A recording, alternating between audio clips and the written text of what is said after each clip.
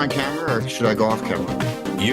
You'll be fine. And I'll throw you on in a second. You got plenty of, wiggle room. Yeah. Oh my God. Mike.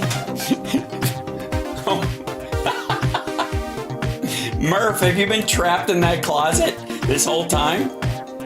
I have a cat that can open doors. I heard the squealing. Yeah, I thought he was here. Get out of here, dummy. What are you doing? I was like, where is that sound coming from? I kept looking for him in the hallway and he wasn't there. He was literally trapped. Poor bastard. No. Yeah. We've had worse. Yeah, we've had worse. Hold on. And then I just need new Insta creds and we'll get started. Hi, everybody in the chat room. Hit that like right away. I know you can hear me. We're going to get started in just one moment. Greg Proops first out of the gate, and then Philip Bittner will be joining us for hour 2 from Ukraine. Great stuff. And plenty of, God knows, horrifying details to deal with as we go into it's Dr. Oz's world. We're just kind of sitting in the waiting room of it. And again, and this. And can I tweet this out or blue sky this out that we're doing this? Of course. Yeah, please do. Have you already done this morning? And yes, I did. But I will do it again. We're on YouTube at infotainmentwars.com. For real. Okay. And that'll take them to the channel and to the current situation. And now we're up on Instagram, and I can bring us in. And 3, it'll just be me first, and then I'll bring you in a moment. Hi, everybody. There we are. Good morning. All right, now stuff is working, except for my. You'll just have to guess who I am. Oh, I remember. There's the blue sky, and there's that. Welcome to HAL Sparks Mornings Mega Worldwide, the greatest live stream in the history of live streams. And I'm your host, HAL Sparks, the most HAL Sparks you'll ever see in your whole HAL Sparks in life. Today, after much ado about everything, my first guest is the beloved Greg Proops. I will bring him on right now. There he is, ladies and gentlemen. Oh, I have to shrink you down because I made you all gigantic, so I will fix that, and you don't have to worry about a thing. There he is. There he is. Yay! You look fantastic. Don't even front. Thanks, Sparksy. I know you're known to front. Don't do it in this particular case. First of all, a couple of things right out of the gate. I think you, sir, you and I both, I think, carry the burden of great intellect. You with the Smartest Man in the World podcast, which people can check out wherever they pod and cast. That's what you're looking for when you're trying to find that stuff. And I just want people to go there and listen to it. It is a needed respite from the dumb of the world, and is charming and fun, much like also your new album. Look what a professional I am. Your new album, Purple Shasta Raccoon, which dropped this week, if I can use some hip hop terms with someone, that's as, I guess, early 80s new wave as yourself. I'll scrunch you down so you're much better framed. And there's obviously a ton of stuff for us to talk about. Your current response to the hellscape of, I suppose, Dr. Oz being named in charge of, I don't know if you heard this part, he's literally going to be in charge of Medicaid, Medicare, S-chip, and the Affordable Care Act marketplace. Because I have to say, at some point, I've just decided that Oprah has fucked us all. Between him and Dr. Phil, she is batting 0 with people added to the media landscape. Good Lord, for being so lovely herself as a person. Just a terrible judge of character, especially, I guess, when it comes to men. Maybe that's what it is. Like, her white dude radar is awful.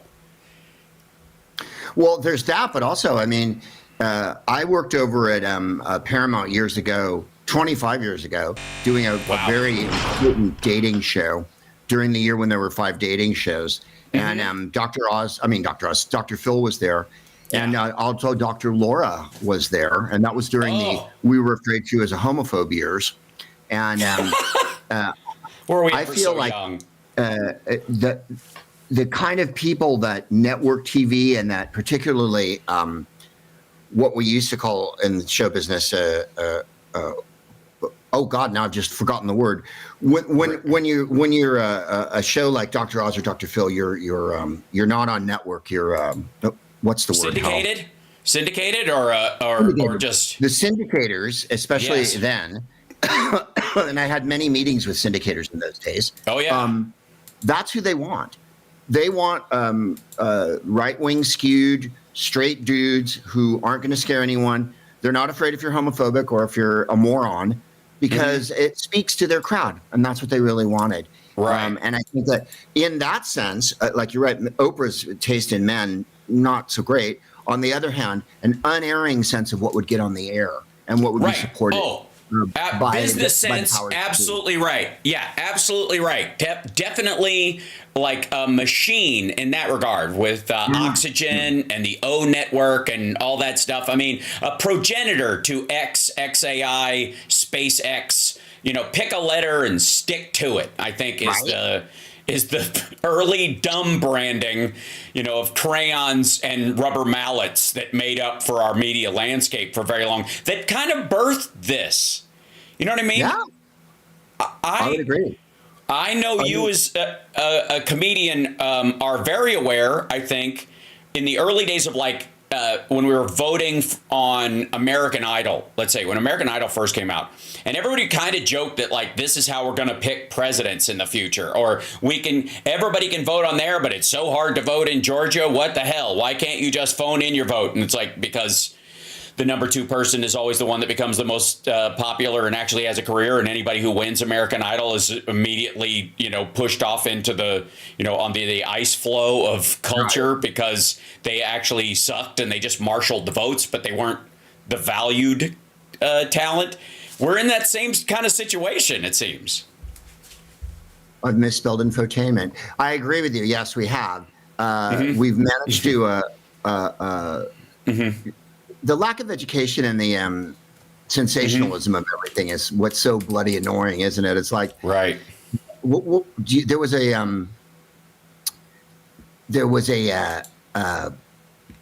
Kurt Vonnegut story from the 70s called Harrison Bergeron, and he was basically like a television president, Right. And I think a lot of people predicted, of course, that we would just have absolute morons running everything, and that it would be a popularity contest.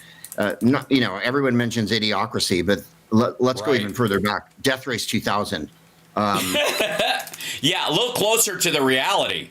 It seems we're staring down the barrel of, because there's this weird, hyper focus on his side that, we're going to double down on oil, so we all end up in some sort of dumbass version of Mad Max. Right. While everybody, even the people around him, have moved on. Literally, the oddest thing about Elon Musk's addition to this fucking circus is that he's the electric car guy whose company wouldn't exist if it wasn't for Obama's tax breaks and financial support. And Trump thinks electric cars suck and are a bad bet and all this stuff. And then the brain chip shit. Does that not trigger how does that not trigger the Alex Joneses of the world, that the brain chip guy is literally in the White House basically puppeting the current TV show game show president? It's the overlap is incredible. I can't get there's cognitive dissonance, and then there's this.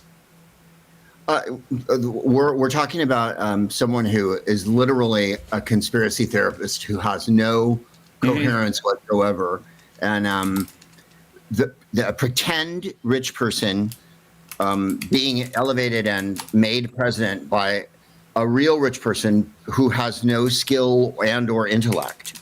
Right. So no, I didn't see one headline after the election that said billionaire gets underqualified psychopath elected. Instead, it was all Kamala should have gone on Joe Rogan or whatever. Right. And it's so we're not really ever going to discuss the actual reality of what happened. Was he jumped in real late in the process in the 100 days, and all of a sudden he's there as Tim Walz brilliantly said, prancing around like a dipshit, and we had a billionaire push him over the line, whatever, with the assistance, of course, of Russia, China, the media, pretty much like the Hillary election, except I think the Hillary one had a lot more FBI interference and whatnot. And I also was it to make up the gap in the Comey press conference, right? He didn't have that this time, so he needed the modern version of that is this kind of odd, phony blitz of UFC, Rogan, and all these kind of driving a certain demographic, and then creating this kind of odd mind virus of Genocide Joe and all that kind of stuff to stand down a chunk of our, quote in quotes, our voters who somehow believe that Trump is going to be better for Palestine, which will not exist. I mean, you know, the lack of information and the I don't know. I always come back to one thing, Hal, and I maybe it's tedious on my part, but I know that white people are inconceivably susceptible to propaganda.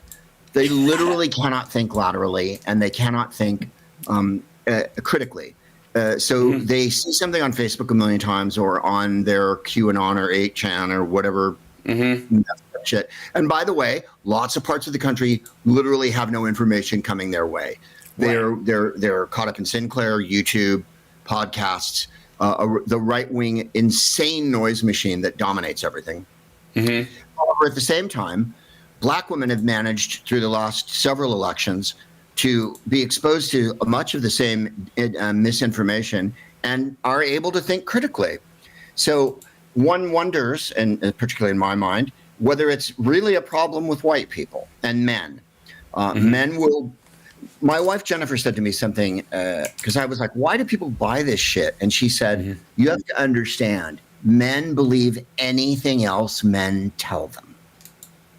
And I really feel like that's where we're at now. All these postmortems about how they could have changed their messaging, or it didn't resonate with working class voters, or all this nonsense is like, her message was superb. She was a superb candidate. Let's be honest, since Hillary, there hasn't been a candidate with as much credentials as her. I mean, senator, vice president, attorney general, district attorney. There's no arguing that she was. And all this talk about how she spoke in word salad and wasn't affable. You've seen her. She's gorgeous. She's accomplished. She was acute. I don't like the word intelligent because it presumes some sort of, but the truth is, it's a holder for articulate in that situation. You probably balk at it for the reason that when you say someone is intelligent, what you mean is they're capable of articulating their intelligence very well. Which is I don't mean like, oh, isn't it funny that a black woman's intelligent? I mean, that's what I mean. That's why probably you balk at using that phrase. It's clear she's smart, right? Well, she's an amazing person, and every single person involved with 45's campaign is not just a mediocrity, but a dangerous felon. And that's what we were sold, and that's what white people like, and that's what white people wanted. They liked it, and they wanted it in 2016. By the way, this isn't a majority, and that's the other thing that drives me crazy, and I'm sure it drives you crazy too. This isn't an overwhelming landslide. This is not Goldwater versus Johnson or whatever. Nope. This is a squeaker that literally hinged on the shitty turnout from the Genocide Joe crowd and from whoever.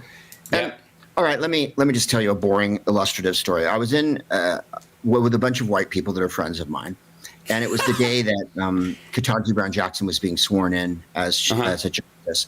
And I was watching on my phone, and I was crying because a black woman was being put on the Supreme Court, and I was really moved, and I thought it was a wonderful day. And not one other person, white person around me gave a shit, was watching it, or even talked about it. And then the night of the Democratic convention, when they were nominating Kamala Harris, a couple friends of mine went to a baseball game. A couple of other friends of mine went out to dinner. And I was glued to the set all night long crying. And that's where white people are coming from. White people care about betting on football. They care about their team. They care about themselves, their car, whatnot. And they really cannot fucking be bothered to help democracy move forward. I don't say this because I'm some big anti-white person. I say it because 90 million people didn't vote.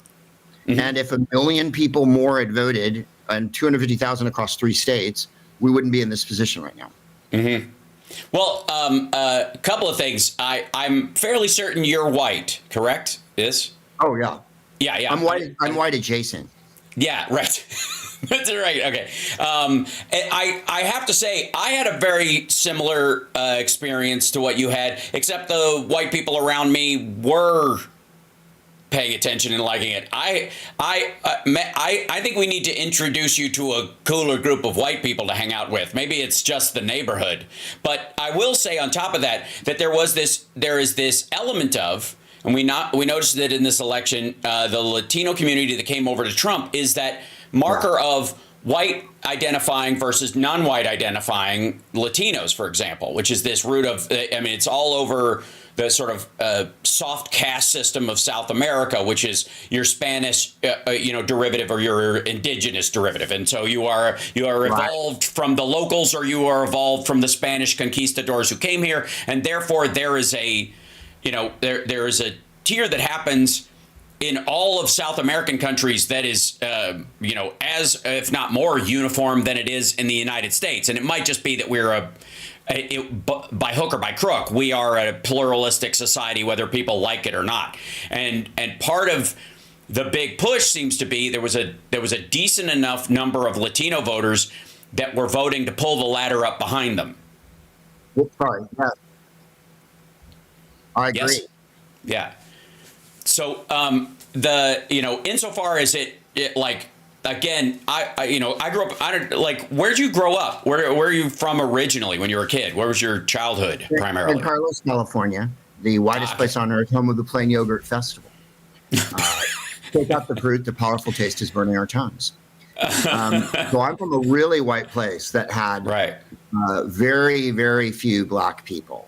I knew all of the black people in my town. They all went to school with us.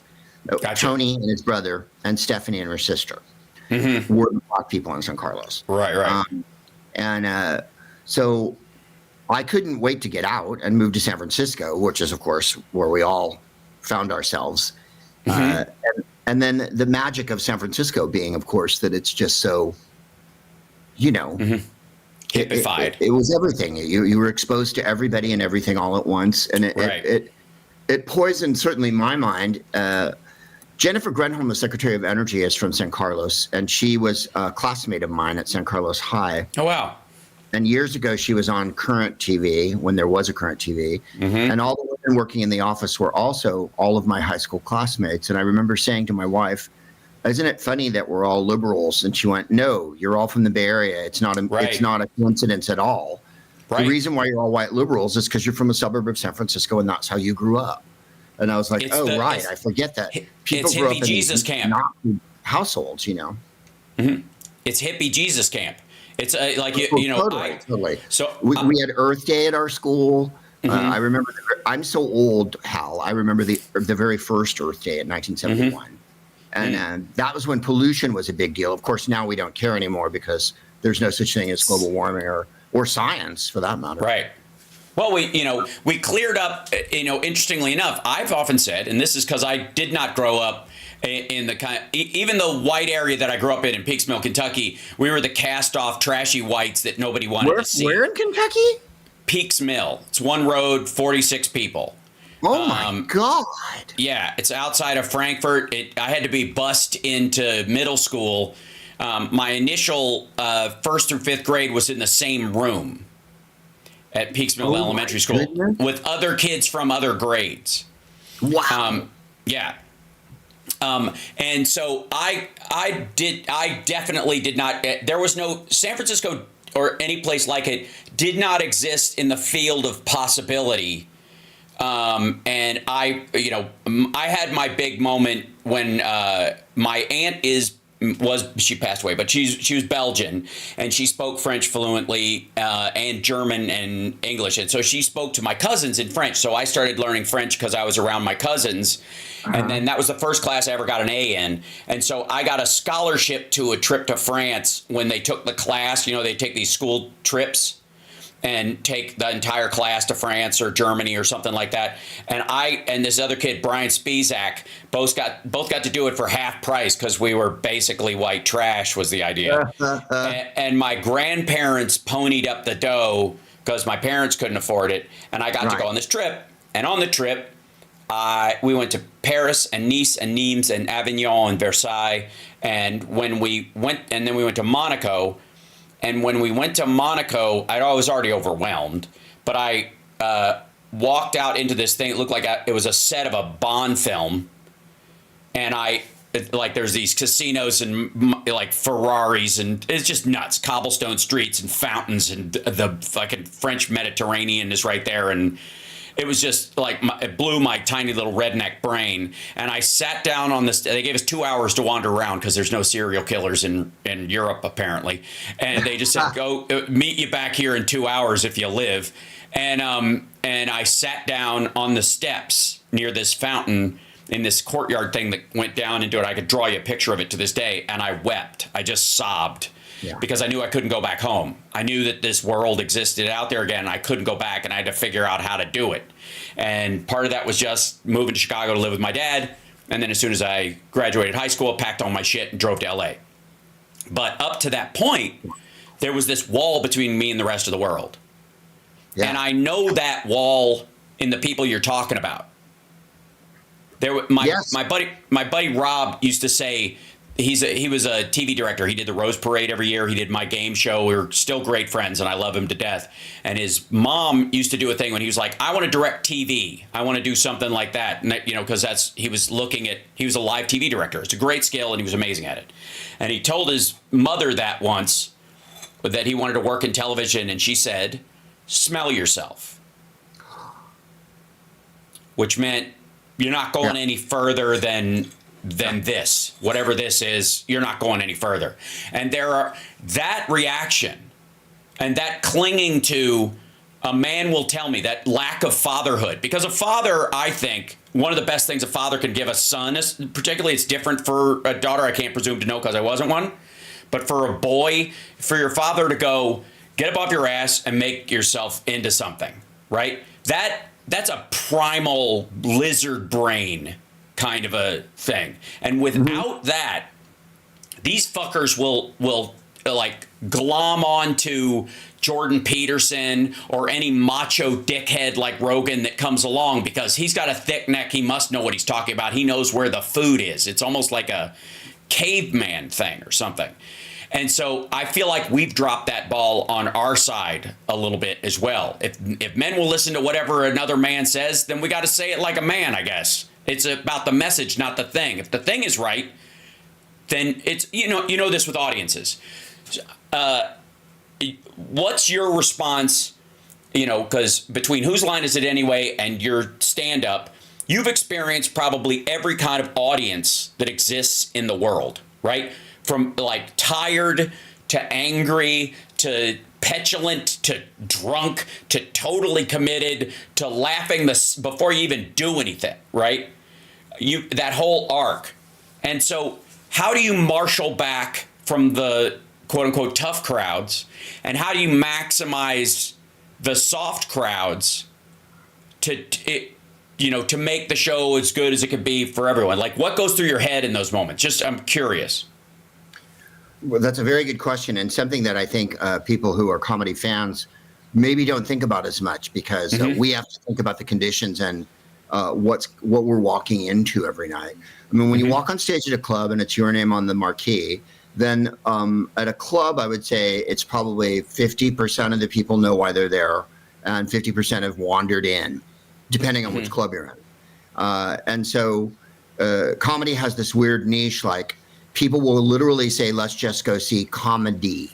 Right. And then they get there and they're like, oh, wait, you're not cute and funny like you are on Whose Line. You're poison, and you have this unbelievably treacherous, I hate white people opinion.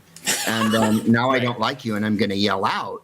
Whereas you would never go to a music show and go, let's just go see music. And then, oh, wait, this is classical music. I hate classical music. Hey, play some country, you fucker. I hate you. Like, no one would ever do that. But people feel empowered at a comedy show to try to bend you to do the comedy they want you to do. And as you know, right-wingers tend to be the worst and most sensitive about all that. They're the biggest snowflakes in the goddamn world. They can't stand any opinion that's not theirs, because even though their ability to use what Orwell called doublethink, holding two contradictory ideas simultaneously and believing them both true, they have an amazing ability to do that, but they have an uncanny ability to not understand irony, satire, or lampoon. So they're kind of at the Kid Rock humor level, you know, like if you make fun of the government or 45 or whatever, they get mad, and like, I've had people say to me, you're making fun of elected officials. And it's like, that's what a comedian's job is. Right. So to answer your question, with Whose Line, the crowd is about half and half right-wingers and not right-wingers, because Whose Line is a TV show and later, you know, an entity on the internet that anybody can watch and that everybody has watched for, you know, we've been on since 1963, you know, when we were on steam-powered television on the Dumont network. So there's no telling really who's going to be there. It depends on where you are. Terre Haute, Indiana, a little more right-wing. Santa Barbara, you know, way more sort of educated and lovely. No knock on either place. Stand-up crowds, I have learned over the years. I used to really, especially in my 30s, Sparksy, and you know this feeling, go in there and you're like, fuck you, I'm going to make you believe what I believe. And then as time wears on and you realize that maybe you could use more craft and more personality. Jennifer, my wife, always says to me, and she is, you know, my guidance, do a funny voice. You know, couch it with something that's not so threatening. You don't need to come directly at the audience. Like I used to do a joke about the police or whatever, that guns were built by men so that they could shoot people they're afraid of and have the police shoot the underclass at the behest of the rich. No one ever laughed at it. It's not a very funny joke. It's not constructed very well. It's but more it's like a philosophical utterance, than a joke. Right. So, but if I go, hey, I need the police to kill people who I don't like, then everyone's going to go, oh my God, see what you did? You took a funhouse mirror and you held it up to us.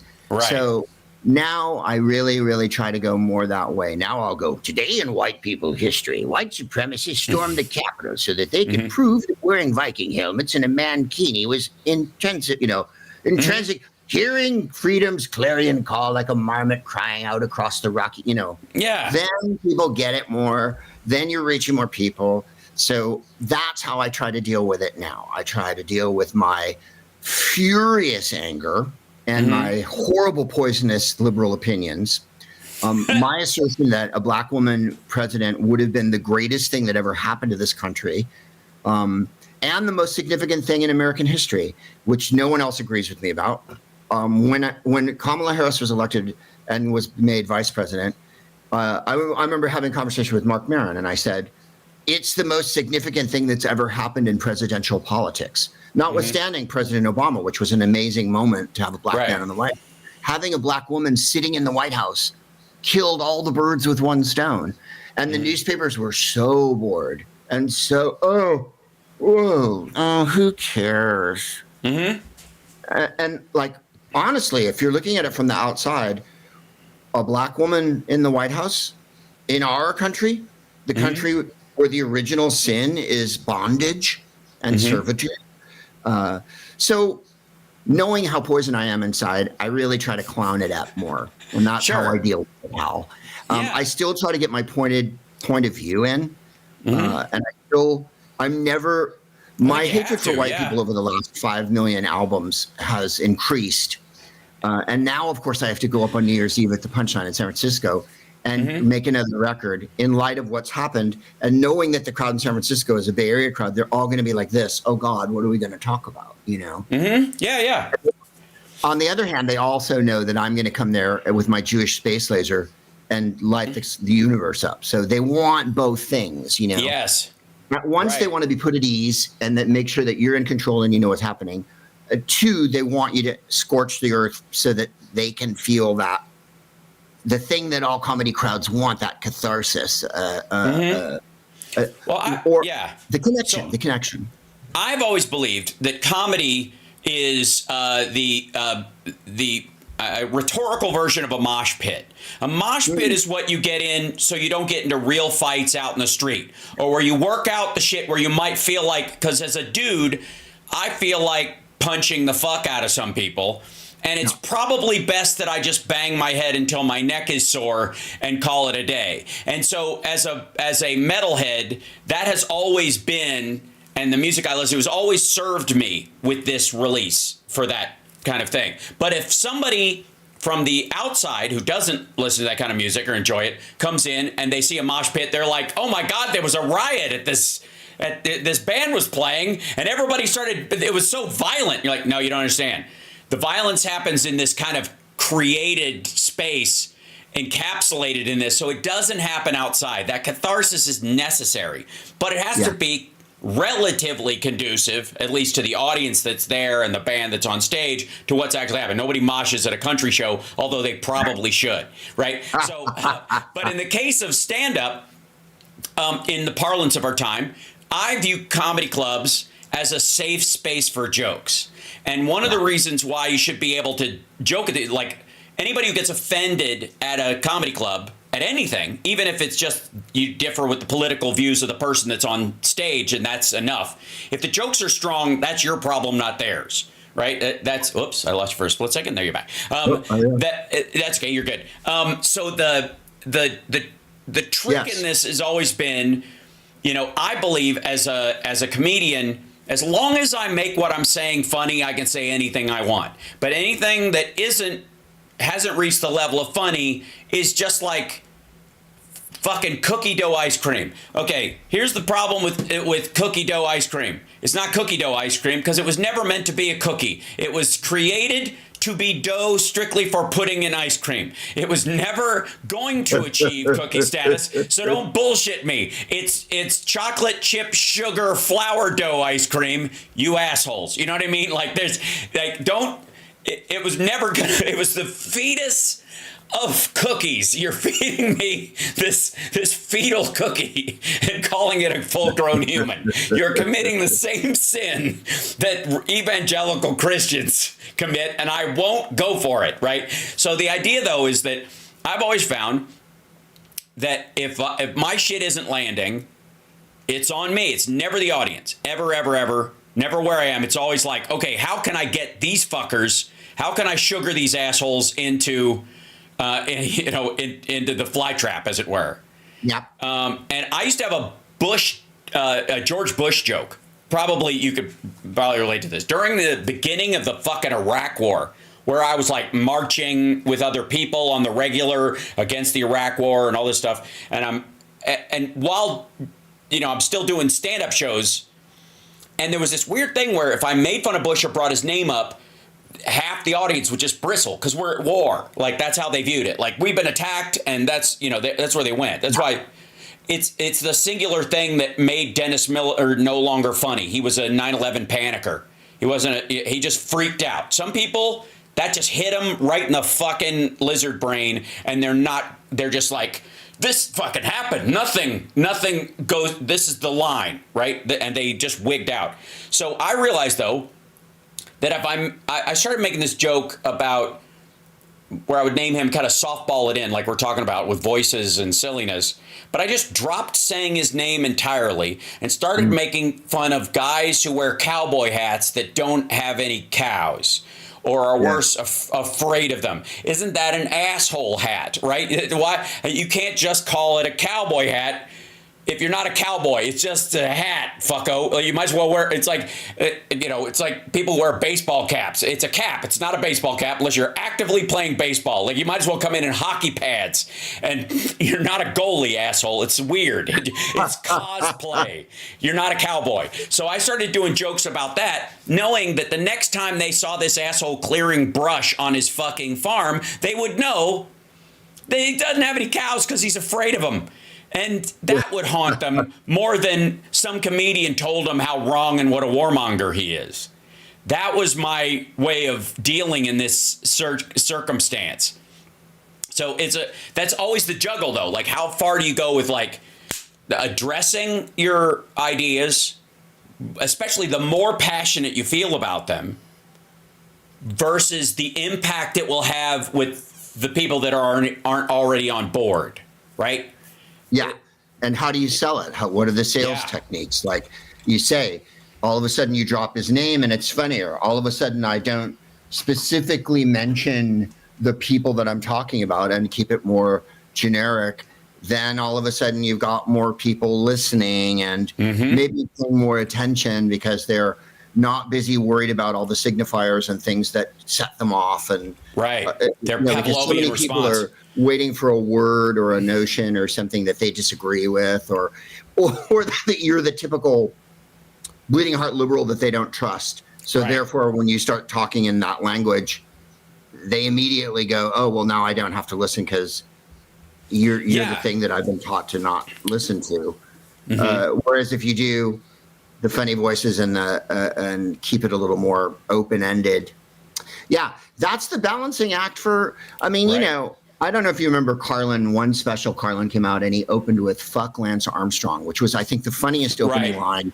But that is a real taking. I saw Carlin at the Comedy Store years ago, 25 years ago, and he opened with "Fuck you." I swear to you, he opened with it. And then he said, "I just want to make you feel at home." And of course, the crowd really loved it. But that's so not something that you could open up at a concert with or anything like that. It's a very much you're playing to your crowd kind of thing. And I remember Blaine Capatch telling me a story about seeing Carlin in Pennsylvania in the 80s and at a concert. And people started yelling out, "Do football, do baseball, do refrigerator man," and making requests. And he flipped out and turned on the crowd and cursed them out. And it's like, people always go, well, if you're a famous comic, do you ever fail? And it's like, yeah, you do. Yeah, because their expectations are set more specifically. Blaine Capatch, okay, so Blaine Capatch, I'm fairly certain hates my guts for a myriad of reasons for years. Yeah, but Blaine also has one of his, I think it was his opening line. I literally can't even tell it without laughing. Like, I can't even just repeat the joke without laughing, because it was literally about how he was trying to tour like the Midwest or going out or whatever, and he goes, everybody would announce him. I'm doing it again. Everybody would announce him by going, our next performer is from San Francisco. So you know what that means? AIDS. Like, and it was just like, I can't even do it. You just go, AIDS. Like, that was that, and you knew that was like like, it still kills me. It's still such a great fucking joke, and it's so, maybe because I'm a comic and I've toured and I was on Queer as Folk and all that stuff like that. I experienced that acutely at a certain point. Oh yeah. But Blaine and Patton used to be a duo. A lot of people don't know, like, back in the day, which was, you know, like this weird Abbott and Costello kind of situation. I forget, you know, technically who would be who. It was more like, you know, Ichabod Crane and Costello, you know what I mean? But between the two. But maybe that's why he hates me. But like, there was a point where, and this goes to kind of the jargon in that conversation, like the words you can use versus the words you can't use, and the sensitivity around certain words, and like, there is respected sensitivity. There are words I won't say because I refuse to say them, not because I'm worried that someone else will get upset, because that's a standard I set for myself, right? But there was a period where like, alt comedy hinged on AIDS retardation and like and rape. Those three, basically, you just kind of shuffled those in and around, and it was discomfort comedy. That was the alt comedy world, that you basically just kind of, you know, rinse, repeat whatever, the punchlines would all come from an iteration of one of those three things based on that concept of just like, we've got to get past our discomfort with certain words and stuff, which is, I guess, the positive root of all of it. But then we made a decision amongst the exact same people, of which, I because of, the San Francisco comics, especially being on the cutting edge of, being careful how you address people because of pronouns and because of names and being respectful of people's differences and stuff, which puts the conversation in a box when you're trying to discuss the social awkwardness of it, the newness of it, because I think a lot of comedians they're like shepherds for new thought. You know what I mean? Like this is new. People are begrudgingly being dragged into the future, and they're uncomfortable with it. So you got to be able to come in and that's what the like roadshow dad joke, fucking my ex-wife, my wife jokes of almost everybody, culminating in in the 80s, culminating with Andrew Dice Clay. Yeah. Right? Women's lib was effectively being lambasted in comedy clubs, basically to take the edge off in the rest of society almost. You know what I mean? And it worked. You know what I mean? It progressed, while at the same time this parallel track of almost every comic that I would open for when I was 17, 18 years old was doing my wife's fucking stupid and my kids are idiots and they're the R word and it's because of her and she wants this and whatever. It is, is there a point to which, again, in that kind of safe zone, where you think words are going to open up again, or are we sort of forever, that's the dividing line, where the Kill Tonys of the world will just make grotesque jokes and never, ever have that line, and some comics will just go, this is a area I do not tread? Well, I think there's always going to be great comics, and there are loads now. My issue is that there's so much uninformed bullshit, and that the powers that be, the people who run clubs and theaters and the people who run all the streaming platforms, they would rather lose by putting on a right-wing transphobic dude over and over again. I mean, they'd rather do that than take a chance on anybody who's smarter, happening, or more informed. And I that's where my disappointment with comedy comes in. I don't think that the Matt Rife, Shane Gillis, whoever you want to think of, is that important to the national dialogue. I don't think they're adding anything. I think it's the same old tired shit I heard when I first started in the early 80s, where, like you said, there was so much, my girlfriend's so fat, women are bitches, Chinese people can't drive, queers want to do this to you, blah, blah, blah. And it reminds me of then. And then I watched everybody kind of graduate to a little more enlightened comedy. And as the years went by, seeing the younger comics in their 20s and 30s really hip it up a little. And the audience has become less and less accepting of sexism and racism. And then I've watched it out swing back to where I'm having some sort of electrical meltdown here. Where I'm disappointed in also that the mainstream media really leans heavily on crappy mainstream shit like SNL or whatever. And SNL isn't indicative of anything that's going on in actual comedy. It's a variety show from New York. They put on stars. The sketches are, in my opinion, not very pointed and not very well written. You can go to a comedy club and see a myriad of comedians do much better satire about what's going on in the world. Sure. I mean, again, they're in a position where they have to do that. They're aiming at the lowest, widest crowd. Something that I've thought since ever is trying to get comedy audiences to hip it up and be a little more sophisticated is a real uphill thing in this country. And it has been forever, and it's never been different. People think that, let me put it this way. George Carlin and Richard Pryor and Lenny Bruce were all thrown in jail and or arrested for saying things on stage that were jokes. And then you get now, and there's a Rogan complaining things are too woke, or people coming on and doing sexist bullshit and saying the man's not going to hold me down. I get to say what I want. And obverse of the actual freedom of speech. The way Elon Musk is forever saying he's a proponent of freedom of speech, but the truth is he's a propagandist of the highest order. Right. So why I see that my disappointment in comedy is that it's way too male, that there was no backlash to the sexism and racism, and that in fact in this last election, all of the most sexist, racist comics are justified, as opposed to being castigated and brought to task. What's his name? Like you said, Tony, what's his fuck, who did the convention? Hinchcliffe. And then, of course, he came out after it was over and went like, "No, I'm not going to apologize, right? Because, God damn it, I'm striking a blow for freedom." And it's not really. I mean, I know I'm going to be the last baby killing, gay loving celebrity on an ice floe, with my fist raised at the universe, as the entire universe is engulfed into an enormous transphobic comedy fest on Garbage Island. But it's like. That's where I'm coming from, and that's where I'm staying.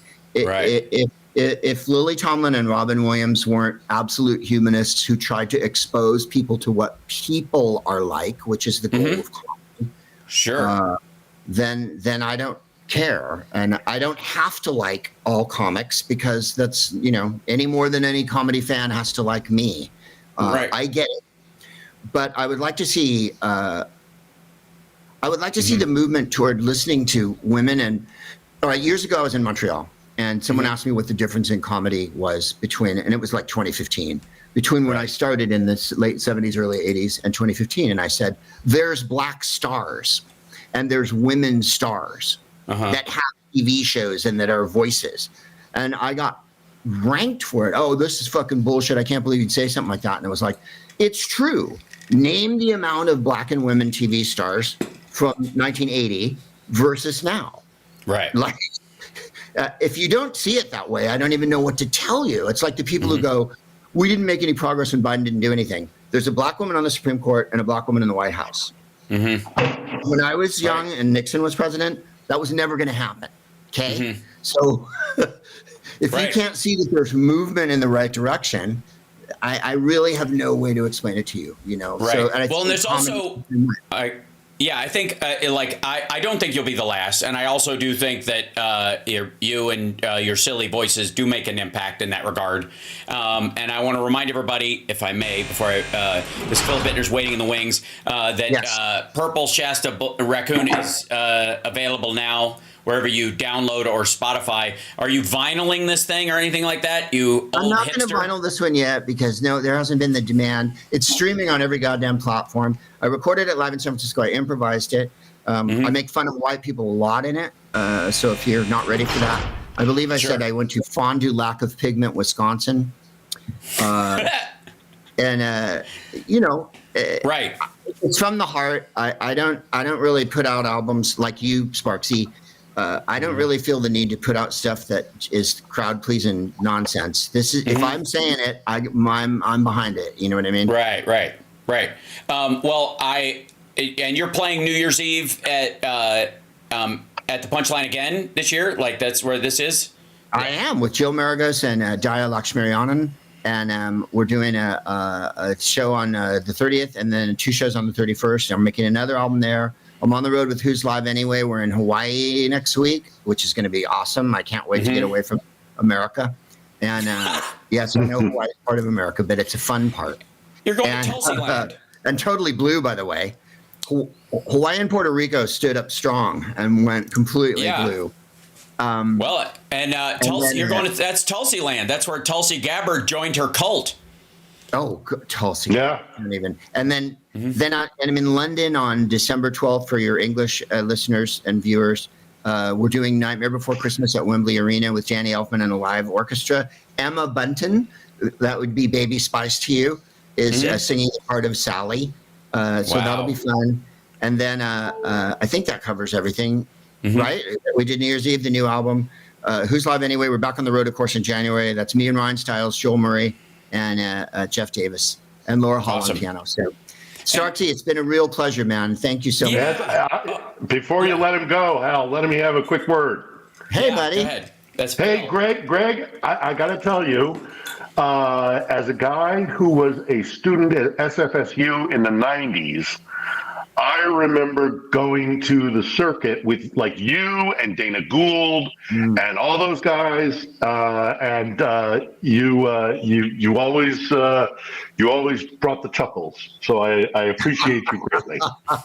Thank you, And buddy. greetings from Poland. The 90s in Yeah. San Francisco was a pretty It was an wild. interesting time. It Yeah, was an Sparks will interesting time. remember. It was a magic time. We had a lot of. I'm very, very proud that that's my graduating class. You know, and Yeah. I think of all the enlightened, wonderful, marvelous, informed Margaret Cho and Oh yeah. Warren Thomas and Dana Gould and Hal Sparks and Mark Moen and Patton Oswald and all that. Like, we Oh had a yeah, very Patton. Yeah. remarkable group of people. I know that people are like, "Oh man, God, Boston comics were the greatest in the world," and New York comics. They didn't have the kind of leeway that we did. We really had Nope. an insane playhouse going on for a long Yeah. time. Which Well, is and why as a student, when I was I was a student. I was a broadcast news student in the very early '90s, and I remember you guys on that circuit. And it was. You're right. It was a really great time in San Francisco in the '90s, and you were part of it for me. well, So thank you, buddy, and thank you for it's your a important work pleasure. you're doing now. I'll let you guys live your lives. Yeah. All right. All Thanks, right. Greg, so much. Don't forget, he's on Blue Sky as well. GregProops.bsky.social, I believe is what it is. And we will see you again very soon, my friend. Love you, Sparksy. All right. Thanks. There he Bye. goes, ladies and gentlemen. And then I'll go in here and I'm going to swap out our little thingy. And then I'll do the thing. And then I'll paste this in here. And then, ladies and gentlemen, I'll bring in Philip ITTNER. There he is. Hi. Hello. Missed you, and we were concerned because we hadn't seen/heard from you, because you were in transit, and Well, that's why I've been nonstop traveling. So a lot of stuff kind of fell to the wayside. absolutely. But I'm in Poland now. I'm in Krakow or Krakow, however you want to pronounce it. And I will spend a day here, and then in the weekend, I'll cross the border into Lviv. Probably spend a day in Lviv, a day or two, and then on to Kiev. So Gotcha. we'll see how things go. I'm admittedly I was procrastinating because I don't know what to say to the people who are going to be asking me questions about, what does Trump's election mean Right. for us here in Ukraine. But that was before the decision by Biden to let them start using longer range artillery into Russia, which of course is driving the Russians nuts, but who cares? Boo-hoo, Crimea River. Yeah. They've been hitting anything they wanted to in Ukraine for the Right. entire duration of the war. So why shouldn't the Ukrainians be able to strike back? So Yeah, I mean, I understand the theory behind holding back. I understand the theory behind. Crap. I understand the alleged theory behind holding back the stuff, but ultimately it has proved fruitless. I said in the very beginning when all this started that Russia has been using the concept of mutual assured destruction not as an international war policy or theory like other people do, but as an umbrella under which anything short of nuclear weapons, we're allowed to do whatever the fuck we want. And if you go anywhere near trying to stop us, we'll threaten nukes. We'll cross the barrier. If you don't let us beat the shit out of this person, it's the BTK killer. You do all the awful to the family you're going to do because the rest of the family is under threat. So you subdue everybody by if you don't let me do what I want to the wife and kids, I'm going to kill everybody. And you might survive your only chance to survive is if you let me do what I want. It's the same thing. It is absolutely the same system serial killers use to capture victims. Right. And then it is the same. Yeah. I mean, look, here's the thing that I'm seeing with all the oh my God, we're going to go into World War III, and we're painting Russia into a corner that they're going to have no choice but to use nuclear weapons, is a bunch of bullshit. And also, by the way, if they do, which they're not going to, but let's say hypothetically in some bizarro world that they decide to push the button, they're still pushing the button. Yeah. They're the ones pushing the button. Right. They are. No one is taking Vladimir Putin's hand and saying, you must push the button. I mean, we lost in Iraq, we lost in Afghanistan, we lost in Vietnam. Was ever there once a suggestion that because we were losing in those wars that we were going to nuke Saigon? I mean, it's they are responsible for their own actions, and as catastrophic as it would be, again, it's not going to happen, but as catastrophic as it would be their responsibility. They would be the ones pulling the trigger. You can't be in a gunfight and and be like, well, he shot me and I deserved it, sort of thing. And it's just the mentality that absolves Moscow of its responsibility in using a nuke because they were forced, quote unquote, into it is absolutely idiotic. The direct analogy of it is somebody walks up to you, picks a fight, you defend yourself, and they shoot you because they felt threatened that you might win the fight. Exactly. Fuck you. And then there's one other thing that we need to talk about, and I urge everybody who is in the audience watching this, and they may, be hearing from people, or they may be, catching this narrative of, oh my God, they're going to nuke Kiev. Okay, Kiev is the birthplace of what it is to be Rus, which ultimately became Russian, and Moscow appropriated it. It's a very long and complicated history, but to nuke Kiev would be like to pick a Muslim nation that would nuke the Kaaba in Mecca and Medina. Right. A Muslim is not going to nuke the Kaaba. Right. A Jewish, ultra-nationalist American Jew is not going to nuke the Wailing Wall. The Lavra is in Kiev, and the Lavra is the birthplace of Eastern Orthodox Orthodox Christianity.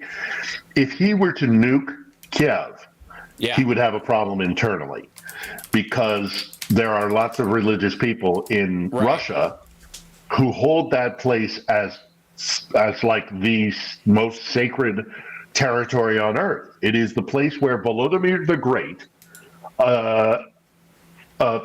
he gathered all the Abrahamic religions together and decided to become a Christian nation, which ultimately led to Russia being a Christian nation. So if he were to nuke, which just isn't going to happen, but if he were to nuke Kiev, it would be like a Catholic nuking the Vatican. Right. I mean, not one for one, that's but the way the public, pretty analogous. The public will see it. Right. It ain't going to happen. It ain't going to happen. Right. I agree. Also, beyond the use of American weapons, in Kursk, Ukrainian-fired Storm Shadows just hit a site there in the last few hours. So once the United States gives the tacit approval for a one step forward, it seems like the other people who are already inclined give that extra 2 steps forward. And I think the U.S. is aware of that as well, in that we say Kursk, they say St. Petersburg, essentially, that there's this open zone that you can finally hit the places where shit is being launched from. And I think that's the key. The issue with Russia's long-range attack missiles are not really so much about the fact that they can put them right at the edge of Russian territory and fire into Europe, which was always the fear under NATO for a long time, is that they can put them way the fuck back on the other side of Moscow and hit Poland or Latvia or any of the closer areas. That's really the issue that has turned out to be the material threat, not the strategic concept left over from the Cold War. Well, they're going to have to readjust their air defense posture, because now they're going to have to protect a lot more territory. All of their logistic camps, all of their command and control are now within striking distance of Ukraine. So they're going to have to reposition their defensive posture to protect farther into Russia, which is going to, thin out their defenses. And I agree with you. I think also that this is now going to green light the Brits, the French, maybe or maybe not the Germans. Scholz has been very difficult with his Taurus. The Germans have a very similar system called the Taurus system. He's been adamant that he's not going to give it, but that may have been like the tank situation, the main battle tanks, that they wouldn't give their Leopards until we gave our Abrams. So we'll have to see. But I think my assessment, look, I don't know for sure about this, but my assessment, I think, was right. I think that Biden was reluctant to do this prior to the election because he did not want to give the Trump campaign that talking point on the stump. Hindsight being 2020, now that unfortunately Trump has, won the election, we could have done this months ago. But again, hindsight's 2020. We didn't know. But now that bell has been rung, I don't think they're going to. I think even when Trump gets into office, I don't know if he's going to walk that back. We'll see. I don't know. I mean, obviously, if Tulsi Gabbard is national security, then all bets are off as far as everything that's concerned with our. I swear to God, it feels like we're all living through the first Mission Impossible movie. You know what I mean? Where people out in the field are finding out that the Mission Impossible head is compromised and they're on their own and they have to go rogue if they want to save the world. Like, there's an element of like spies all over the world must be like, okay, what's my fucking fallback if my connection dies or is unreachable? Because if this idiot hands over my address or who I've been talking to, I'm dead. I mean, this happened when Trump brought in the Russians into the White House in the first place. The two biggest stories we heard about were the Israeli spies that just magically died after that situation because of Russia trying to do Iran favors, and that was directly tied to Trump's meeting with them and just kind of blathering about national secrets in front of them, and God knows if they put a recording device in there and it was, still there afterwards. So I have a quick question, and this has to do with like sort of your awareness of the area. And so the leader of Abkhazia, which is the breakaway area of Georgia, and I would call it breakaway. It's the part that Russia seized. They keep calling it the breakaway region. It's the part that Russia took, right? The head of that, whatever, the prime minister or whatever he is, he resigned. He's just the leader of Abkhazia, whatever the fuck that means. He resigned, and like the rest of the world still looks at the Abkhazia region as part of Georgia and that it's illegally taken and held by Russia. But we've all kind of by international law, yeah. And anyways, it was sort of a big deal that this guy resigned. I don't know what impact it will have, but maybe we could use your expertise on this, like the state of that place and how that came to be and all that. Well, it must be connected to. In some way. I can't say directly how, but it's too much of a coincidence that there are street protests going on in the Georgian capital, Tbilisi, because they recently had elections and they were, so obviously rigged by Moscow, to be pro-Russian. Now, the Abkhazians and the Ossetians, those are the two sections of Georgia that Russia has been just pumping money into and buying people to support them and become part of the Russian Federation. So I can't say as to, and again, I've been traveling a lot, so I haven't been meticulously following along, but it must be connected to the protests that are happening in Tbilisi now. Yeah, It's he gotta was be. making the case that to maintain stability or some shit like that. I really just think he wants to bug out because I don't think they have the troops to hold the area because they've moved them all up to Ukraine and they're bleeding troops. So there's a chance that if Georgia decided to, they could take that land back. And it would be ugly for Russia, and there would certainly be another front for them to deal with. But all of a sudden, if that started to stir up again, that's a whole that's a new front for them. I would say equivalent in the inverse to what happened with like southern Lebanon and Israel. Is this Well, the entire Caucasus is a tinderbox. And I mean, you look at Armenia and Azerbaijan, Georgia is a whole other kettle of fish, but it is still very much volatile because the Caucasus has always been one of Russia's weakest border areas because of the threat back in the day, the threat from Iran and Persia. I mean, going way back. But it is volatile. I mean, there's a mix of cultures and religions. You look at Dagestan, just north of Chechnya, of which this is all still kind of the Caucasus region, and the Dagestanis are just itching for a fight and have been for decades, if not centuries. This is one of the places where the Russian Empire expanded into another empire's territory because that other empire, notably the Ottoman and the Persian empires, were weakening. And so they expanded into there. And they're not really, they don't get along. It's oil and water. They're Muslim. There's a huge Muslim population there. They're completely different culturally because of the influence of Persia, and also because they're mountain people. And I say that with with respect to mountain people. I mean, like it's the Scots, or it's the Appalachians.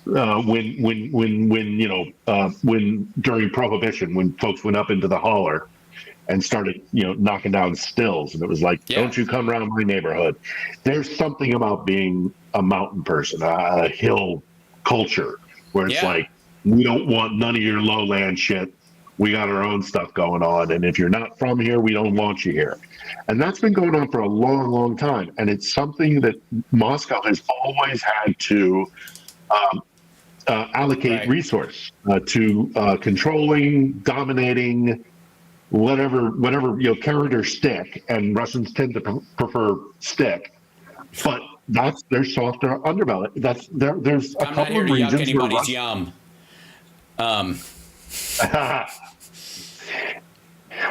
They have a couple of regions where the Russian Empire expanded too quickly into regions where they had sharp contrast to the indigenous people who they were moving into, and this is one of them. So you could also argue Ukraine is similar to this. There are regions in Central Asia. Thank you. Thank you. That's very sweet. There are people who are far wiser than me. I'm not an academic. This is an interesting point. I don't know if we're going to get off topic here shortly, but I find it very interesting because I've spoken to lots of academics who talk about this situation, and of course I listen with bated breath to everything that Timothy Snyder says. But they're academics.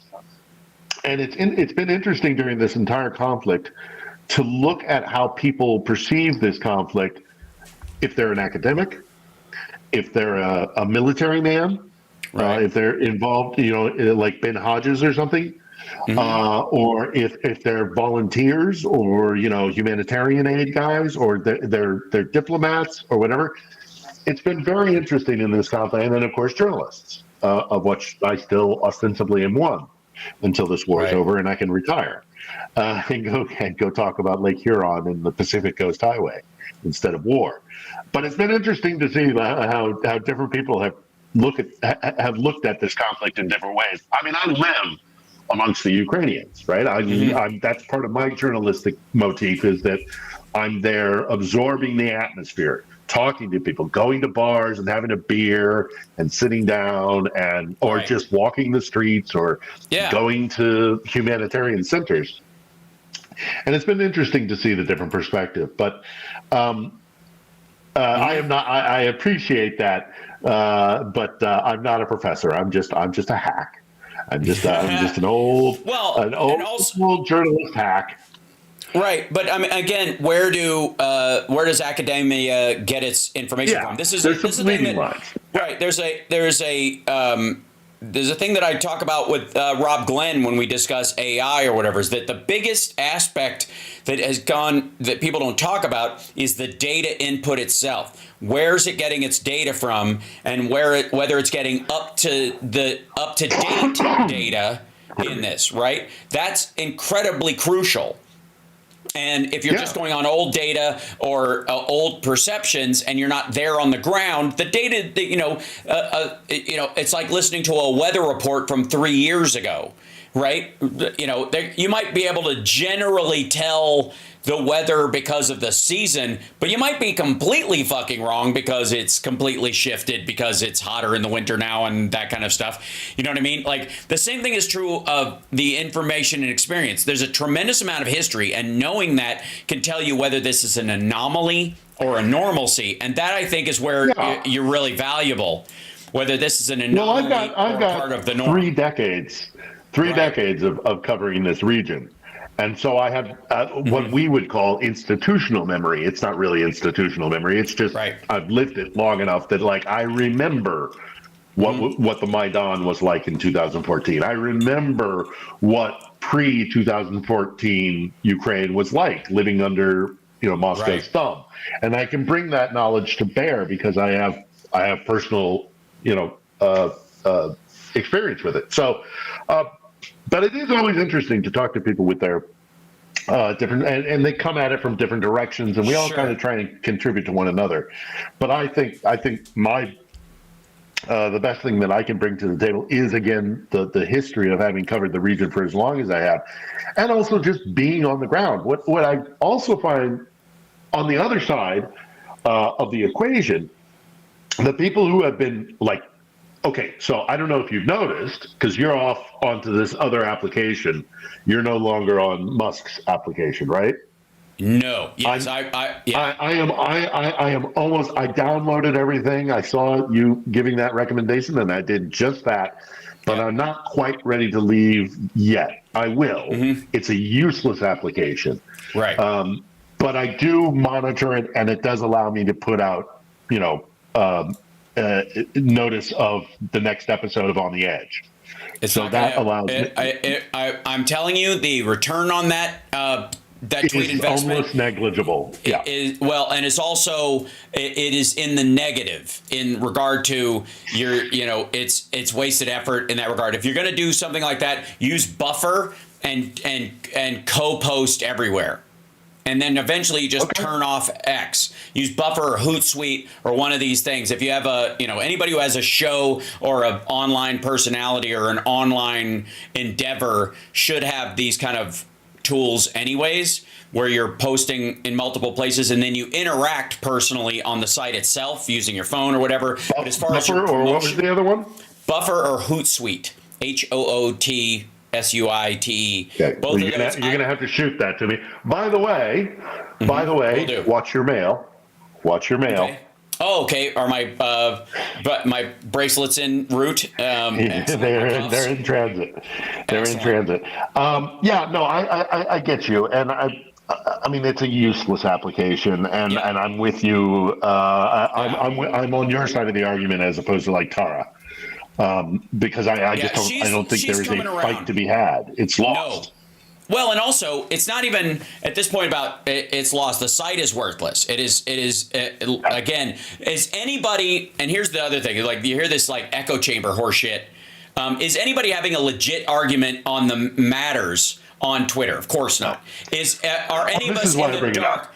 is anybody on our side in the dark about what MAGA thinks about any of these things? Because again, it's all crayons and hammers. They only have a couple of like residual thoughts and kind of, you know, auto responses, but there, and then the rest of it is all just fucking bots, and your interaction is being sold to advertisers as proof there are still humans on the platform. That's all it is. Yeah. Well, you're strengthening my resolve to get out of there, but yeah, I haven't yet. So in the last like 36 hours, since the decision was made to allow them to shoot with the TACMs, right. Now everybody's like, "Oh my God, Biden is taking us into the Third World War," and the whole resumption of the argument about whether or not we should be supporting Ukraine has risen considerably. And what I find interesting is that, and I know I shouldn't. You have advised me not to do it. So many people have advised me not to do it, but I still occasionally do it because I just get so. And the response I get, which I find very interesting, because we're talking about this, where do you get your information from? I get my information from being on the ground there. Timothy Snyder gets his information by meticulous study and travel to the region. Ben Hodges gets his information from years of being a military man and understanding the capacity of the Russian military. These are things that they have people who actually have skin in the game and have actually done things. And what I am finding really interesting on X or Twitter, whatever the hell, is that they are convinced that they're right, but they have no skin in the game. They have no direct knowledge of Ukraine or Russia or war or any of it. And yet they're convinced that they're right. And you just look and go, well, okay, but where are you getting your information from? I can tell you where I'm getting my information from. I'm getting my information from because I fucking live there, you know, and I hear air raid sirens and I lost friends and you know, and I'm there. Where are you getting your information from? And it's always going to be a Moscow information campaign. Right. It's just it's been very frustrating. And okay, let's take it back to something that's happening right now with Tulsi. This whole argument that she has, you know, this argument that she put out about the bio labs, and which is, you know, like all, you know what that is? Let me tell the audience what that is. Sure. Because it's not a new technique. They did the same thing in the 2008 Georgian War. They made the argument they had to invade Georgia because there were U.S. Bio centers in Georgia, and they're doing the same thing in Ukraine. This is what Russia does. Because here's the thing. Here's the trick.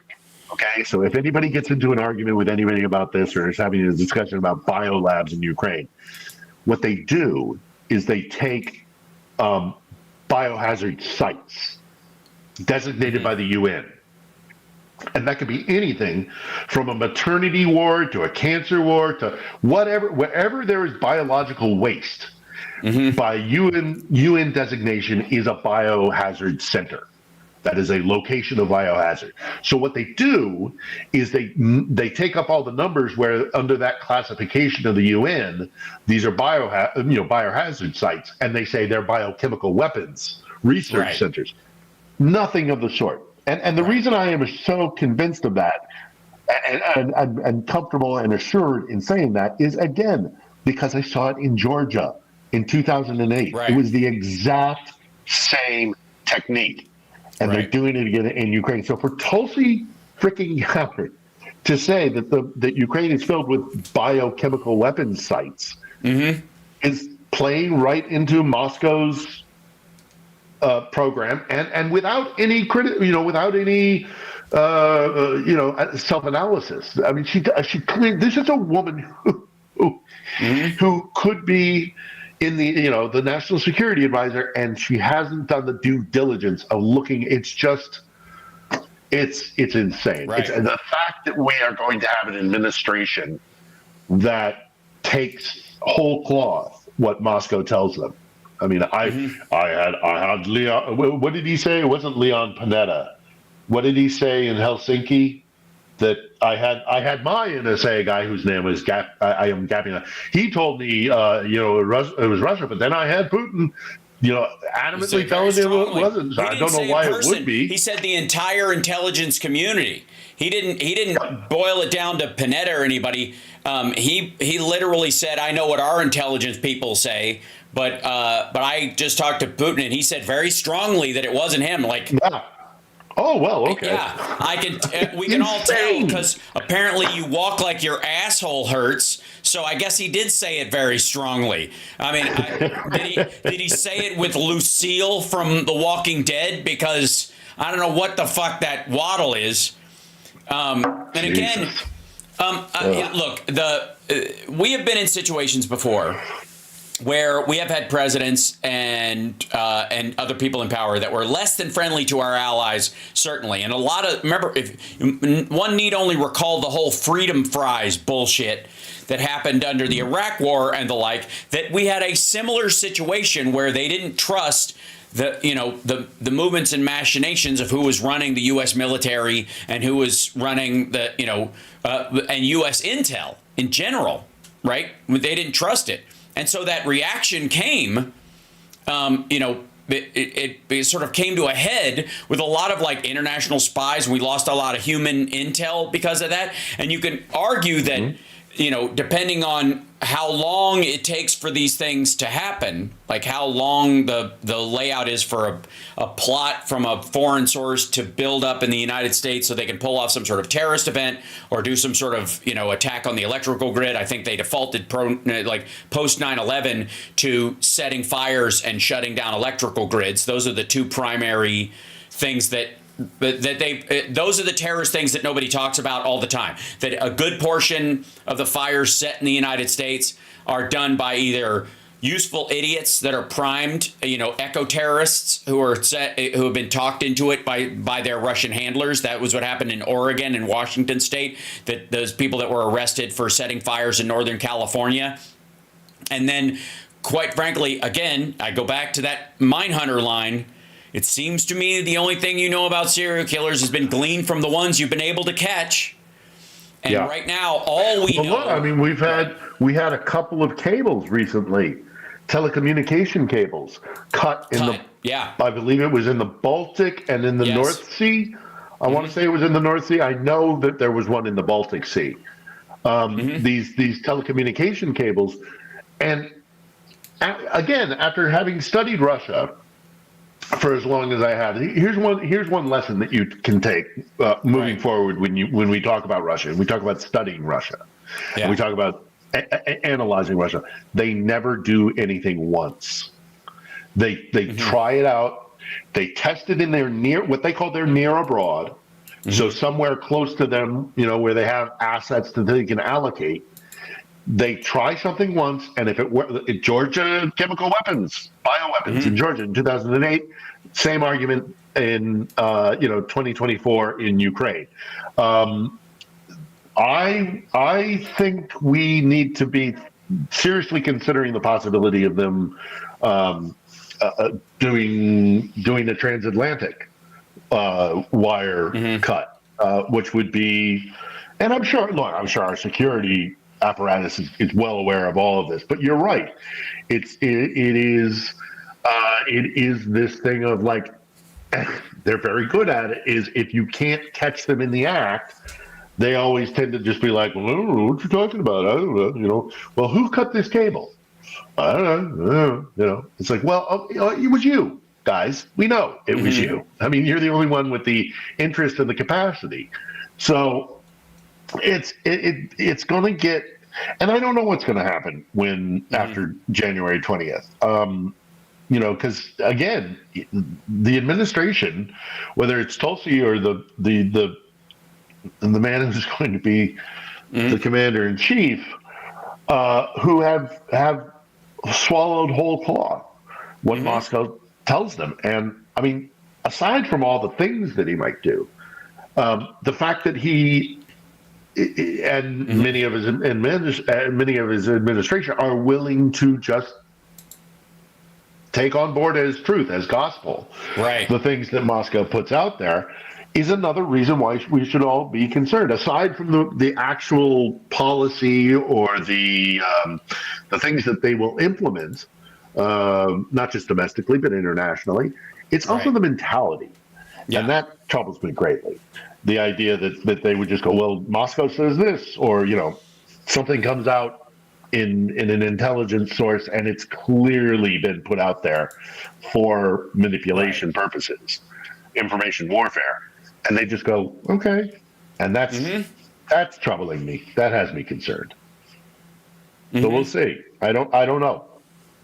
Also, but, this is good news about the. I said exactly that 2 years ago. I didn't laugh at you, and by the way, I didn't laugh at you, and I brought that up at the time. Nope. When those people were arrested initially, they had the stink of useful idiot all over them, and after we know about Russia's funding of both right-wing groups and of the fucking Uhuru movement, the extremist version of like Black Lives Matter cast-offs, they're both being funded. Both sides of that are being funded by the Russians. We now know. It's not even a question. They've been arrested and tried for it. That is happening. They're going to jail for it, and they're not going to be pardoned. By the way, by the Trump administration for that, because they're just going to stiff arm them. They might let go some of the Jan 6ers, but even then, he's not going to carpet release all the Jan 6ers so they can go kill their family members, because if he does, that's exactly what's going to happen. But a lot of these folks have, there's either the useful idiots or the direct connection people. The direct connection people are actual agents, foreigners, saboteurs in the country doing shit like that. And those folks, we won't hear about the roundup on them. They'll be, if they're caught, they're snatched the fuck up and they're used as part of prisoner exchanges. There's very little reporting done on that kind of stuff, or they actually do it and bug out. They don't have to stay. They fly in, set a fire, and fly the fuck out. Or if you have been a sleeper agent, once you are activated and you do what you need to do, boom, you're out of there because you don't want to be caught and compromised. And then there's a third category, though, and this is a category that disturbs me greatly, and that's the fellow traveler, the guys that actually believe what Russia. Because there is an ideology, and we've talked about this before, so I apologize if I'm repeating myself here, but we've talked about this in the past, and maybe somebody in the audience didn't hear that particular episode or those episodes. So here's the other thing, is that there is an ideological aspect to this war. We tend to think that a conflict with Moscow in Cold War terms, and that's over. Now it's all just geopolitics and power and absorbing more territory for an empire. Well, that's true, but there's also an ideological aspect to this where the fellow travelers are, and that is there is no such thing as inalienable rights. We hold these truths to be self-evident, that all men are created equal, granted by their creator with certain inalienable. They don't believe that. Right. They think that's naive and silly, and that rights are granted to you by the state. That is the only way you are given rights. Otherwise, you are born no better than a chicken or a cow or some other entity that can be consumed and used by the state. The state is the important thing, whether it's the Tsar, whether it's the Orthodox Church. You are grist for the mill. This idea of inalienable rights, that you are born, because you are human, born with this brain of ours, that we're different than chickens. We're not just we're not livestock to the state. We are individuals and citizens, and they literally don't believe that. And you have to understand that. I mean, this is really important to understand. And they're starting to say it openly. I mean, I saw Alexander Dugin said this like 8 months ago, openly said, you don't have rights. We give you rights, or you take them, or you take them. That's the other mentality. The other mentality within Russia is that you are only able to get rights if you do it by force of will or violence. And that's how you get rights. That's the difference in the mentality. That's also the automatic double-edged sword. That's why the Ukrainians are fighting so hard. Right. That is the automatic double-edged sword of that, is because you cannot, we can set up a system based on a constitutional republic that chooses our leaders through democratic means. We can set up a situation where you have worth regardless of whether or not the government says you have, and they have an active, they have to take steps to take those rights away. You have to be found guilty in a court of law before we can stop your ability to hang out with whoever the fuck you want. To put you in a prison, we have to come up with justifiable reasons why that should be so, right? The state has to do that. Over there, they don't have to. You have to prove you're innocent. The same thing is true in China. You need an advocate that talks them out of it because you have no right to freely walk around at all. If they want to snatch you off the fucking street, they can. That is the system. That's how it works. If there was that that movie with Richard Gere where he was, a businessman on trial, and he was new to the Chinese system, and he didn't realize you have to prove you're you're innocent in a court of law. 95% of all plaintiffs, all defendants in Russian courts are found guilty. Remember when the whole thing with the basketball player Grainer? There was a big upset because she said, if I'm remembering the case correctly, was it her or was that Gershkovich? Yeah, anyhow, one of them. It was her. You have to admit that you're guilty to start with, that you really did it. And they got really upset about it because the way the system is created in Russia, the court system, is that you are to prostrate yourself before the state. Again, it's all about the state is the important thing. The individual is not. If you have power and wealth, you wouldn't be in the dock. If you were, you wouldn't be in a court because your power and your wealth buys you rights. You're not born with them.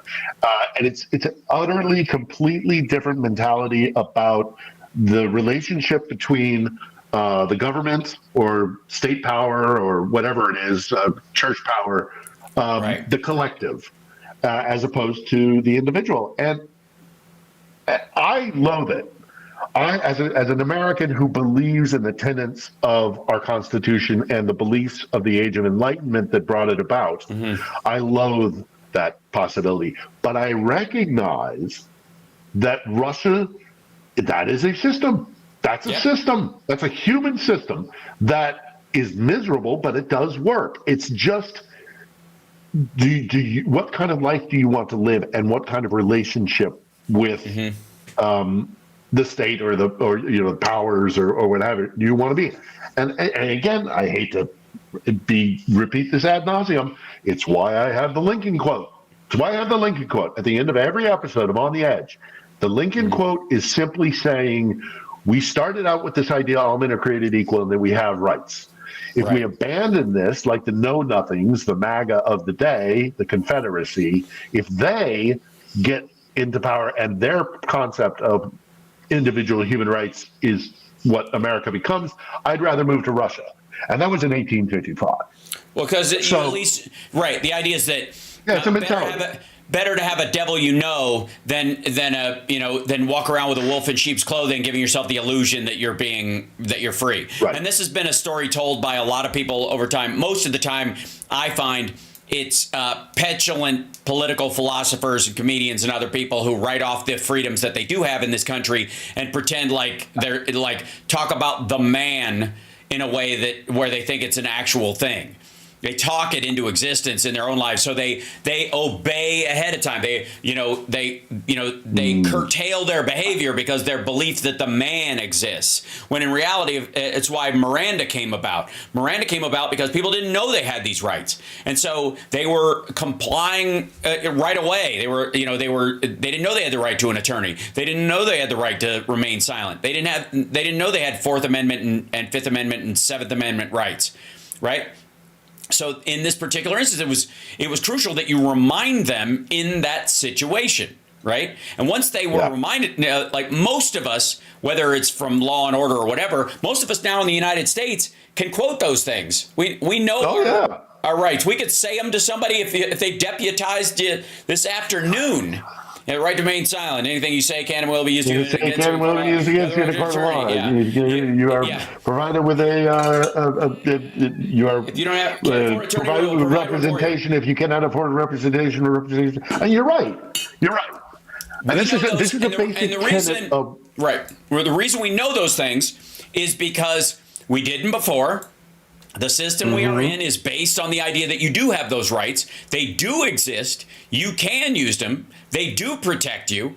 And it's important for everybody to know them. In Russia, those things just don't exist. And when we're talking about these fucking fellow travelers, which I think is sort of the core of this argument, is that when anybody tells you that's a superior system, what they're saying to you is, if you didn't have Miranda rights, the world would be better. If you didn't have the right to remain silent, or you weren't innocent until proven guilty, or you couldn't have an attorney appointed for you if you couldn't afford one, that would be better. And that's what concerns most people about the Trump White House, or certainly this phooey bullshit with with Matt Gaetz and him being possible AG, and that is a reality. Right. That is and they've always been with us. They've always been with us, because the American experiment is the exception. It's it's new. It's an idea that germinated in the Age of Enlightenment, but came to fruition in the United States, and it is still experimental.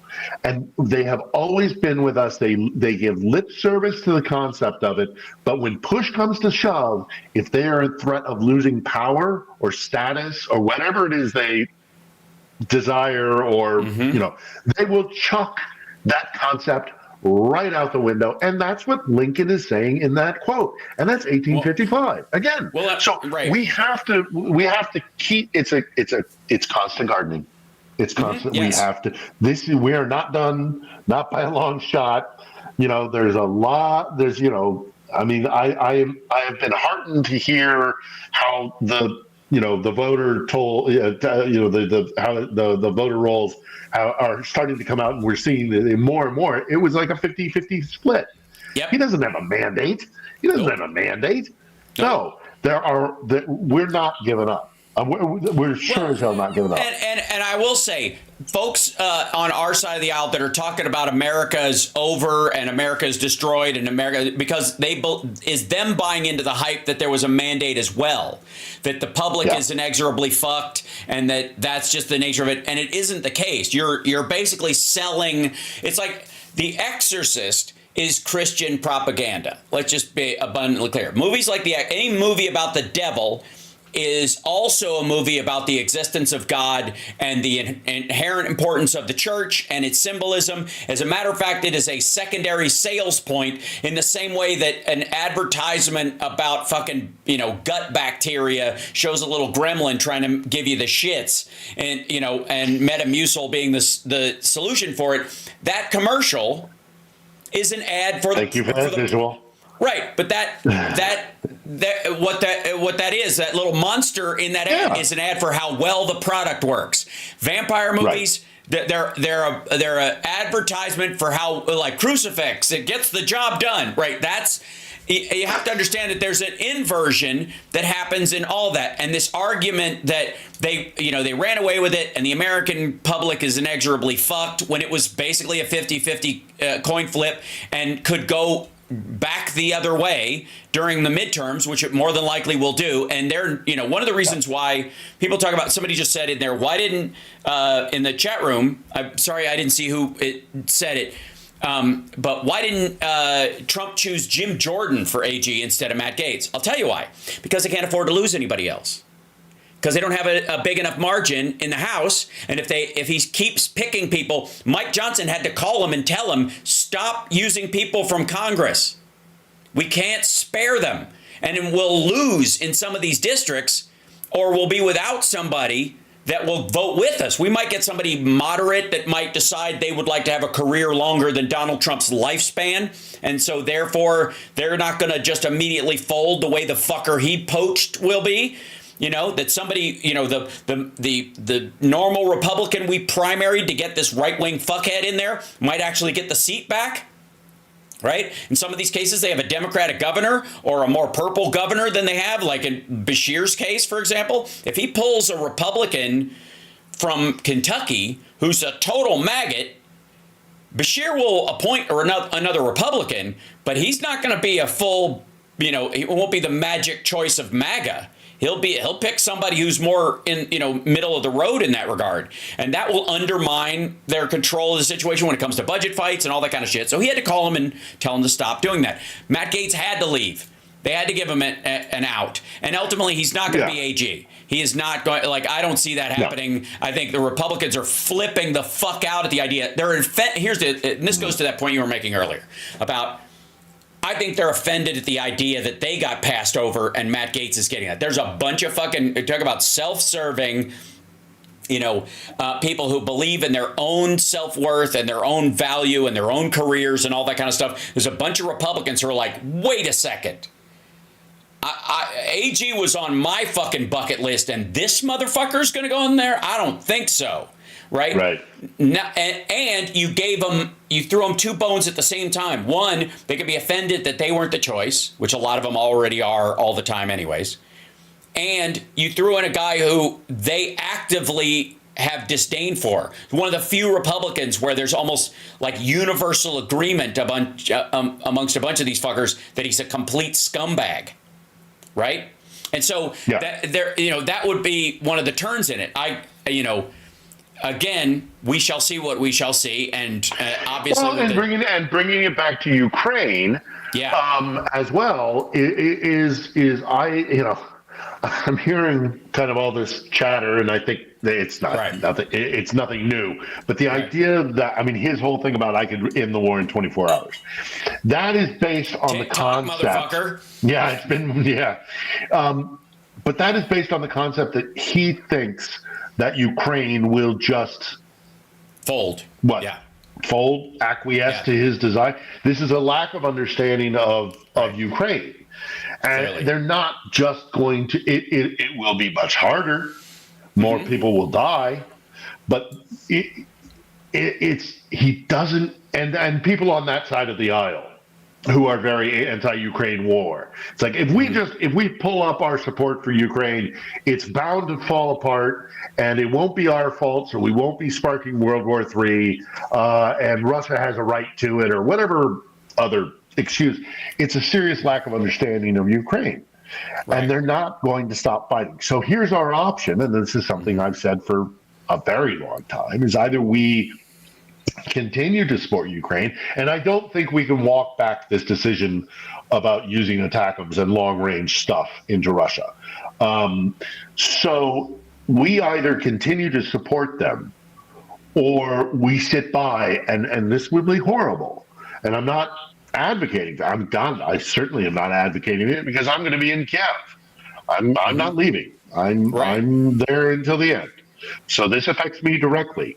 And I still say that even if they were carpet bombing Kiev, that the people of Ukraine would be still resolved to fight, because it is this difference in opinion, this difference in perspective of the relationship between the state and the individual. And the Ukrainians are not like Russians. They are not born and bred into that mentality. Ukrainians are much more European. They don't have imperial aspirations as well. That's another major factor, but we won't get into it right now because we're almost done. But they're not going to stop fighting. And all we have to do is take them to court, is to protest, is to do everything within our legal and God-given rights within America to defend ourselves. The Ukrainians are going to die. There's blood that's going to be shed, and casualties and loss of life on a massive scale. But they're not going to give up. And I think every American who is fretting the idea that we are losing the republic should look to the Ukrainians and say, all I got to do is hold up a placard at a protest. All I got to do is show up on the day, or canvas, or whatever it is. And I can get my democracy. Not that we've lost our democracy, but I can secure our democracy. Right. Look at Ukrainians. Look at Ukrainians. And not just the soldiers. The people who've lost friends. I don't know a single Ukrainian who's not lost a friend. But they are still resolved to resist Moscow's despotism and its empire. And if they can do that, we can keep a democracy that has existed for over 200 years and which still is functioning. We haven't lost it. We've taken a couple blows, but we sure as hell haven't lost it. So when you fret, folks, about America losing the republic and losing the democracy, look to the Ukrainians for inspiration. And look to their strength, and maybe gather some strength from them. So. Right. There's my diatribe. I appreciate it. And I want to remind everybody, On the Edge is Phil's on hiatus until I get back. Okay. So I'll probably be putting out the first episode, not this Sunday, but since returning, it probably won't be this Sunday. It'll be the Sunday after. Excellent. But we're going to keep doing it. We're going to keep doing it. And it's the same fight. It's whether it's against the authoritarianism and the idiocracy of Trump, or whether it's the malicious cruelty of the Russian Empire and Putin. It's the same fight. And we can win it. We can win it. We just need to be resolved. Yeah, so absolutely. Look to the Ukrainians. Take inspiration from them. And again, a lot of times disenchantment, disenfranchised feelings, demoralization is the goal in and of itself. Understand, Russia does not want to help. Fear and despair is infectious. I'm talking to somebody who has been in combat. One of the worst things that happens in combat is that you lose your shit. And it spreads. It's like a contagion. Yeah. And so despair and fear, if you give into it, your neighbors will also, follow you potentially follow you down that dark, dark hole. So don't let them. Look to the Ukrainians. Look to the Ukrainians. Thank you so much, Philip Bittner, host of On the Edge, and a dear, dear friend. Please be safe in your travels and in your arrival. Let us know. We're always. Next time I speak with you, I will most likely be in Lviv. Most likely. All right. Well, thank you so much, brother. I greatly appreciate it. Safe travels, and we'll talk to you soon. Okay. Keep looking for the post box. Will do. I'll wear them as soon as they get here. Okay. Cheers. All right, pal. Take care. There he goes. All right. Ladies and gentlemen, Philip Bittner in Poland currently on his way back to Ukraine. And appreciate you guys being here today. Thanks for the conversation that's happening in the chat room, even as riled up as you adorables get. Alien Fields seems to be on a kick of talking points from 25 years ago. That's and apparently people think that the existence of God or the non-existence of God is actually a conversation that will move the goalpost in terms of people's behavior. Sorry, I don't know how else to tell you this. It won't. And there are better points of conversation. I mean, as a broad swath, I get it. It's a clickbait conversation. Will it move the ball in any of the areas that you guys care about? Probably not. Just throwing that out there. So, that said, I will see you guys this afternoon. Take care of yourselves and take care of somebody else. I think in the immortal words of, I think it was Plato who said,